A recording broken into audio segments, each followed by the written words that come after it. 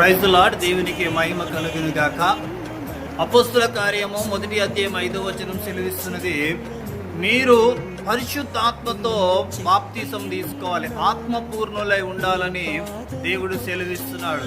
యేసు ప్రభు పరలోకానికి వెళ్ళిపోయిన తర్వాత మనకు ఆదరణకర్తనిచ్చాడండి. పరిశుద్ధాత్మ దేవుడు మనకు బోధిస్తాడు, మనకు నేర్పిస్తాడు, ఎలాగా ఉండాలి, ఎలాగ జీవించాలి, ఎలాగా మనము తట్టుకోవాలి, ఎలాగ ఈ లోకంలో బ్రతకాలి, ఎవరితో ఉండాలి, ఎవరితో ఉండకూడదు, ఏ సమస్య గుండా మనము వెళ్తున్నాము, ఏ సమస్య నుంచి మనం ఎలా పోరాటం చేయాలనేది పరిశుద్ధాత్మ దేవుడు నీకు సమస్తాన్ని బోధిస్తాడు. వాక్యము చేత బోధిస్తాడు, దైవజనుల ద్వారా బోధిస్తాడు. గనక దేవుని ప్రజలైన నీవు ఎలా బ్రతకాలి అంటే ఆత్మ చేత నడిపించబడాలి, అభిషేకము చేత నడిపించబడాలి. అది అప్పుడప్పుడు కాదండి, నిత్యం అగ్ని చేత నువ్వు మండుతూ ఉండాలి, ప్రకాశిస్తూ ఉండాలి. దేవుడు నిన్ను, నీ కుటుంబాన్ని అటు అగ్ని అభిషేకంతో మండించునుగాక.